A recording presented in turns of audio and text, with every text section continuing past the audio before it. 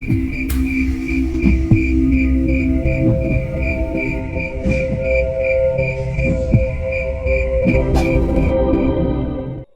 terengah-engah.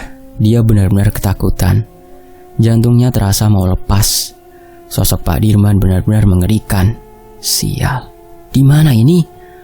Ucap Adit yang baru menyadari kalau dia berlari terlalu jauh dari Arif dan Pak Prianto. Srek.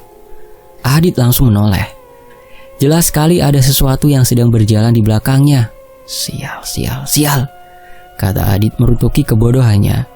Tidak mau berlama-lama di tempatnya berdiri, Adit mencoba kembali melangkah. Tanpa ada penerangan, dia terus saja mencoba menyibakkan semak-semak yang ada di depannya. Adit. Sayup-sayup Adit mendengar seseorang yang sedang meneriakkan namanya. Sedikit merasa lega, baru saja dia ingin membalas suara itu. Tiba-tiba saja ada sesuatu yang menghantam keras tengkuk Adit, dan semua menjadi gelap. Adit berbaring dengan mata masih terpejam. Kepalanya terasa begitu berat. Ada perasaan yang mengalir ke dalam batinnya yang membuatnya tidak nyaman. Adit mencoba mengingat-ingat kenapa perasaan menyesakan ini masih terus hadir di dalam batinnya. Ingin rasanya dia terbaring di atas tempat ini, di atas kasur yang begitu empuk dan nyaman, melupakan semua permasalahan yang tengah dihadapinya.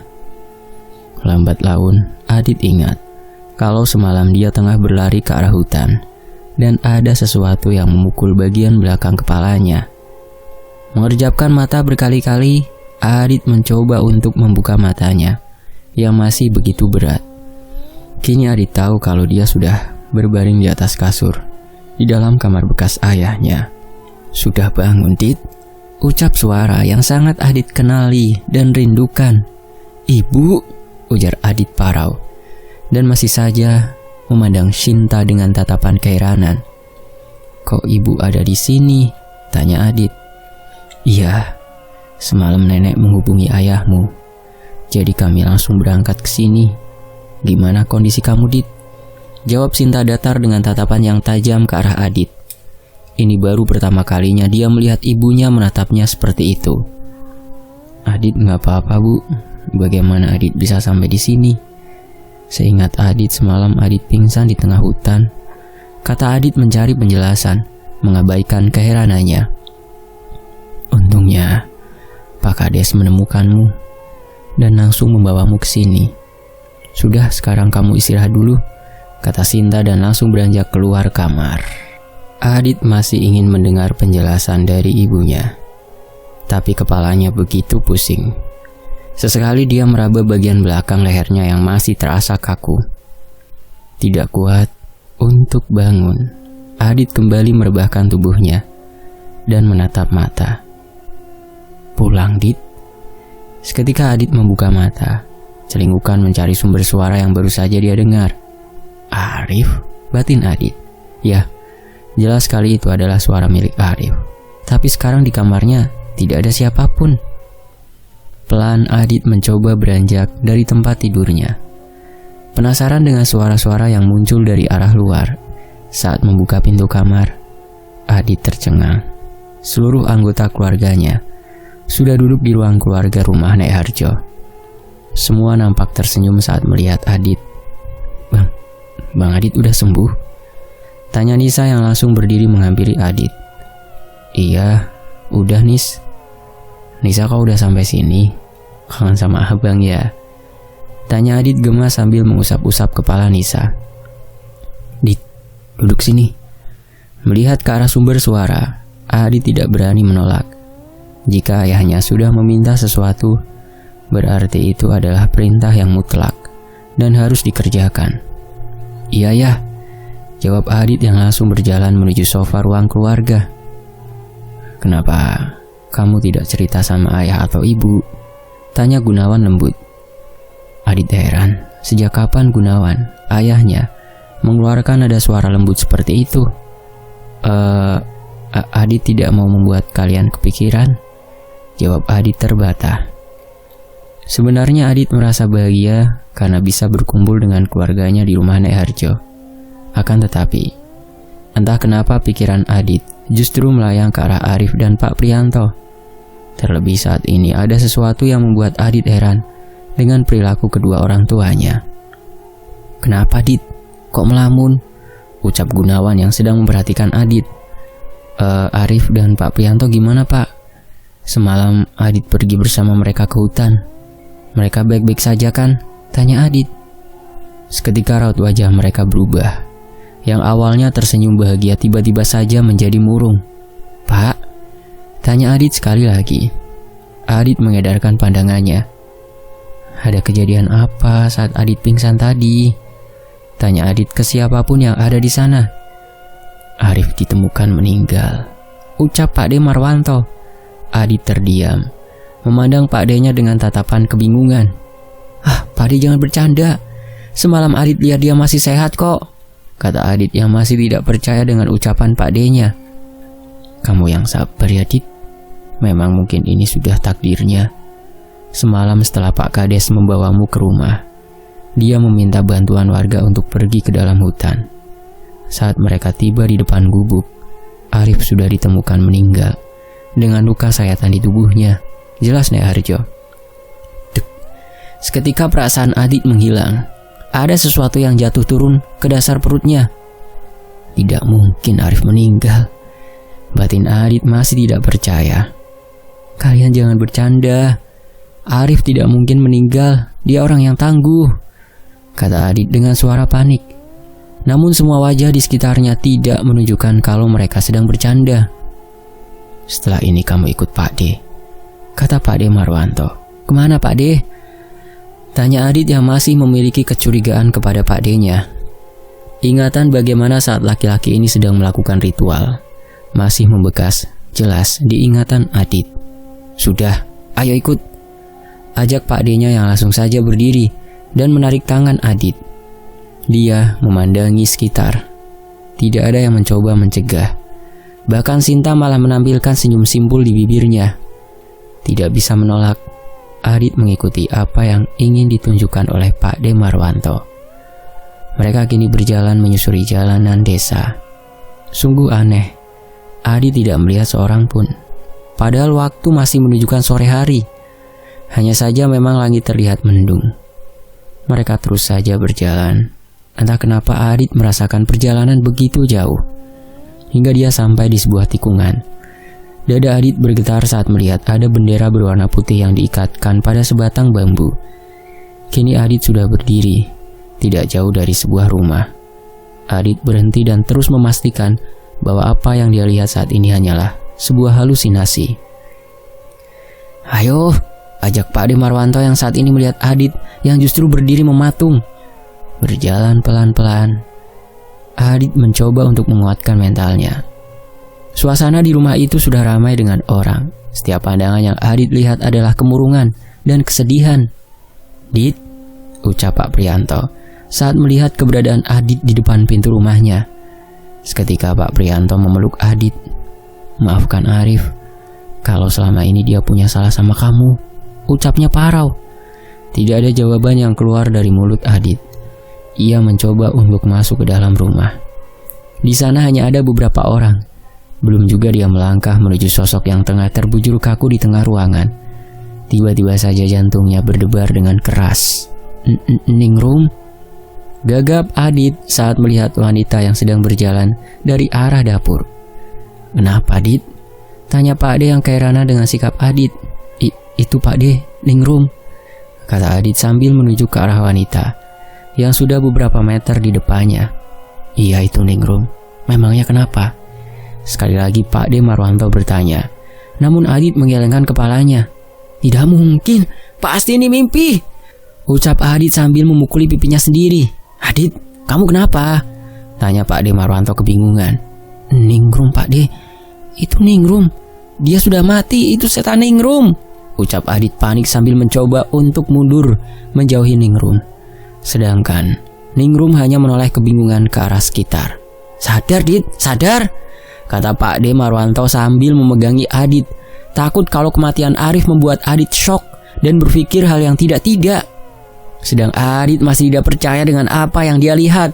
Tapi semua terasa nyata, bahkan saat dia menepukkan tangan ke pipinya, juga terasa perih. Yang berarti memang semua ini bukanlah mimpi. Mas Adit, kenapa? Sebentar saya ambilkan minum dulu, ucap Ningrum yang kembali beranjak menuju ke arah dapur. Mendengar itu, Adit langsung menolehkan kepalanya ke arah Pak De Marwanto. Ada apa ini sebenarnya Pak De? Tanya Adit kebingungan.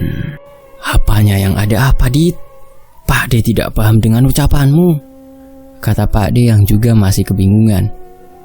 Pak De lihat sendiri kan, kalau beberapa waktu lalu Ningrum sudah meninggal. Dia gantung diri di kasau dapur rumahnya, tanya Adit dengan nafas memburu. Pak De Marwanto jelas sekali melihat Adit dengan pandangan khawatir sekaligus prihatin. Assalamualaikum. Sontak Adit langsung berpaling. Kekagetannya tentang Ningrum belum hilang. Kini di depannya ada Pak Dirman. Pak Dirman? Tanya Adit gagap tidak percaya dengan apa yang dia lihat. Iya mas, maaf saya ke Pak Kades dulu, ucap Pak Dirman sambil berjalan menuju ke arah Pak Prianto. Adit mengikuti arah kemana Pak Dirman melangkah. Dia benar-benar bingung dengan apa yang sedang terjadi. Melihat keadaan Adit, Pak De Marwanto menuntun Adit ke ujung ruangan. Kini Adit sudah duduk di salah satu ujung ruangan. Ini mas minumnya, ucap Ningrum yang menaruh segelas teh hangat di depan Adit. Melihat Ningrum yang sudah ada di dekatnya, Adit terlonjak kaget. Merasa sikap Adit yang aneh, Ningrum mencoba untuk duduk di sebelahnya. Dia mengira sikap Adit yang aneh karena sedih kehilangan temannya. Ningrum tahu Mas Adit dekat dengan Mas Arif. Mas Adit pasti shock mendengar berita tentang Mas Arif. Tapi Mas Adit harus ikhlas ya mas, ucap Ningrum mencoba untuk menghibur Adit. Tanpa menunggu jawaban dari Adit, ia kembali beranjak dan duduk di sebelah Mbok Sarmin. Sudah beberapa waktu Adit duduk. Dia masih tidak bisa mencerna apa yang tengah terjadi. Kini seluruh anggota keluarganya juga sudah berada di rumah Pak Prianto. Beberapa kali Sinta meminta Adit untuk pulang saja jika memang tidak nyaman berada di sini. Lebih baik kamu pulang kalau tidak nyaman di sini, Dit, ucap Sinta. Adit belum lihat Arif, Bu. Adit pengen lihat Arif untuk yang terakhir kalinya, ucap Adit yang matanya mulai memanas. Ingatan tentang pertemanan singkat mereka sungguh membekas di kepala Adit. Tidak usah, lebih baik kamu pulang sekarang ke rumah nenek, ucap Sinta tegas dengan tatapan tajam yang mengarah kepada Adit. Tapi Adit mau lihat Arif, Bu, sebentar saja, kata Adit yang sudah mau beranjak dari tempat duduknya. Namun belum juga dia berdiri, Sinta sudah memegangi tangan Adit dan memintanya untuk duduk. Kenapa, Bu? Tanya Adit keheranan. Sudah, tidak usah. Sekarang kamu pulang ke rumah Nek Harjo, ucap Sinta tegas. Tetapi Adit tidak mau. Walau dia baru sebentar berteman dengan Arif, tapi Adit merasakan kalau Arif sudah seperti saudaranya sendiri. Kini semua pasang mata melihat ke arah Adit. Tatapan mereka sungguh tidak bisa dibayangkan. Semua melotot, bahkan Pak Dirman hampir terlihat marah. Pulang, pulang, pulang. Serempak mereka semua mengatakan hal yang sama. Bahkan Sinta dan seluruh anggota keluarganya juga mengatakan hal serupa. Gaung suara yang ditimbulkan oleh paduan suara oleh orang-orang ini begitu membuat Adit kebingungan. Nafas Adit terengah. Dia berusaha untuk menutup telinga dan menjernihkan kepalanya. Tapi tetap saja, semua pandangan warga dan suara itu membuat Adit hilang arah hingga tiba-tiba saja semua berhenti. Adit terdiam mematung. Kesunyian yang dirasakannya jauh lebih mencekam dibandingkan dengan apa yang dia rasakan saat di hutan. Ruang tamu milik Pak Prianto benar-benar terasa sunyi. Belum sempat Adit bertanya kepada Sinta apa yang sedang terjadi, angin tiba-tiba saja berhembus dengan kencang, sampai membuat daun jendela dan pintu bergoyang-goyang. Tiba-tiba saja, kain yang menutupi jenazah di tengah ruangan tersibak. Sekarang dengan jelas, Adit bisa melihat jenazah Arif yang terbujur kaku. Perasaannya tidak bisa tergambarkan dengan jelas. Pandangannya tiba-tiba saja terasa kabur dengan tumbukan air mata yang siap meleleh. "Arif," ucapnya lirih. Perlahan Adit mencoba untuk mendekati jenazah itu, tidak peduli dengan semua tatapan yang dia dapatkan. Adit hanya ingin melihat Arif untuk yang terakhir kalinya. Saat dia sudah sampai di pinggir jenazah Arif, tangisnya pecah. Tidak ada suara yang muncul, hanya lelehan air mata yang terus keluar tanpa bisa dibendung. Di depannya kini wajah pucat Arif yang sudah dipocong terlihat dengan jelas. "Maafkan aku, Rif. Seharusnya aku yang meninggal, bukan kamu," ucap Adit sesenggukan. Tidak kuat melihat kondisi Arif, Adit berniat untuk menutup kembali jenazah Arif dengan kain. Namun kejadian itu tiba-tiba saja terjadi, seolah memang Adit sudah mengetahui kalau semua yang dilaluinya saat ini begitu aneh. Mata Arif terbuka dengan sempurna, membuat Adit yang melihatnya langsung melompat mundur, bagai sebuah roll film yang diputar lambat. Jenazah Arif mulai bangkit perlahan. Panik Adit melihat sekitarnya, namun semua warga di sana seolah tidak melihat apa yang tengah terjadi. Justru mereka sedang menatap Adit dengan tatapan yang tajam. "Mas, Adit pulang ya," ucap Ningrum yang tiba-tiba saja sudah berada di belakang Adit. Sontak, Adit langsung berpaling. Begitu kagetnya dia, penampilan Ningrum sudah berubah. Kembali Ningrum terlihat seperti setan yang selama ini mengganggu Adit. Buru-buru Adit menjauh dari Ningrum. "Dit, pulang," ucap Pak Dirman yang juga sudah berpenampilan mengerikan. Adit menggelengkan kepalanya kuat-kuat, berharap ini semuanya imajinasi karena efek benturan yang ada di kepalanya. Namun sialnya, saat dia membuka mata, semua masih terlihat sama. Adit segera menoleh ke arah Arif. Kini jenazah itu sudah memalingkan wajahnya kepada Adit. Wajah pucat penuh dengan sayatan itu terlihat murung. "Dit, pulang sekarang," ucap lirih suara Arif. "Dit, pulang sekarang. Pulang." Gelegar Arif. Tersentak kaget Adit terengah-engah. Jantungnya masih berdetak dengan keras. Bahkan bayang-bayang pocong Arif dan suara teriakannya masih menggema di kepalanya. Mimpi? Benar tadi hanya mimpi, batin Adit yang merasa lega. "Tak kusangka kamu juga punya perewangan, Dit," ucap seorang laki-laki. Adit yang kaget mencoba untuk bergerak melihat siapa yang tengah berbicara kepadanya. Namun ternyata tangan, kaki dan perutnya sudah diikat dengan sebuah plat besi yang begitu kuat. Sekali lagi dia mencoba bergerak, tetap percuma. Dia sama sekali tidak bisa bergerak. "Jangan buang-buang energimu, Dit," ucap laki-laki itu dengan suara yang terlihat bosan. "Siapa kamu?" tanya Adit. Kepalanya begitu pusing. Pikirannya masih mencerna dengan kejadian yang barusan dia alami. "Aku tidak mengira kalau dirimu punya perewangan. Padahal aku sudah menyesatkan sukmamu untuk bisa terus di alam itu," ucap laki-laki itu. Apa maksudmu?" tanya Adit yang terus saja mencoba untuk melepaskan dirinya. "Ya, tidak ada salahnya untuk mendongengimu. Toh tidak ada orang yang tahu di mana kita saat ini," ucap laki-laki itu. Langsung saja Adit mendengar sebuah kursi yang diangkat serta langkah kaki yang mendekatinya. "Pak Amar?" pekik Adit kaget saat melihat wajah dari laki-laki itu sudah ada di depan matanya.